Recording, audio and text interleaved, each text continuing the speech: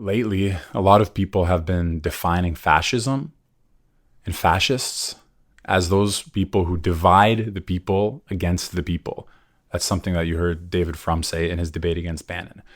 If you have an us versus them political mentality, that makes you a fascist. That's what some people say. So let's think that through. What they're saying is that you have to be for all of the people, or you have to have a category that includes everybody and excludes nobody. Well, there are two problems with that argument.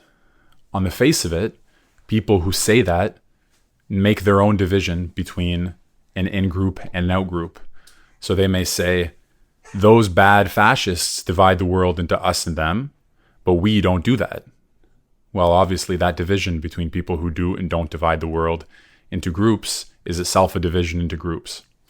And you'll be surprised how often you hear that type of argument and where you find it, not just among people who are unthinking, but sometimes among very smart people.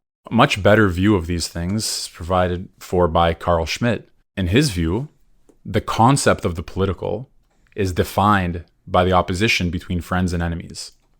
So for something to be political, it built into the concept of the political is the division between friends and enemies. In other words, there's always, and whenever you're talking, if you're talking about overcoming the division between friends and enemies, or in other words, if you're talking about overcoming the drawing of boundaries between an in-group and an out-group, you're no longer talking about politics. You're no longer talking about the political. You may think that you have to overcome the nature of the political by overcoming groupings into friends and enemies. And one of the interesting things that happens is that one side, like the anti-fascists, let's say, the anti-fascist coalition, which includes liberal progressives, far left, classical liberals, and so on. Yeah, everybody who declares themselves against fascism and says that fascism is political groupings into us versus them, and therefore tries to oppose that. They're, as you can see, they're obviously doing the same thing. And that's not to blame them. That's not to catch them. That's not a gotcha moment saying, aha. No, everybody, if you're in the domain of politics, you're doing that. There's no way around it.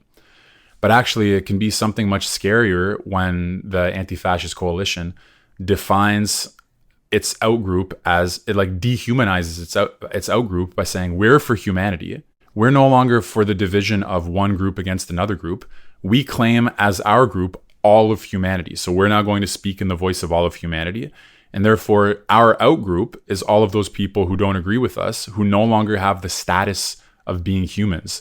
Basically, they're dehumanized because they're defined out of this humanistic coalition.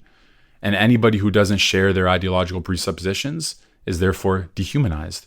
All you can do to the people who are defined as lying outside of the anti-fascist coalition is shut them up, shut them down, and punch them in the face.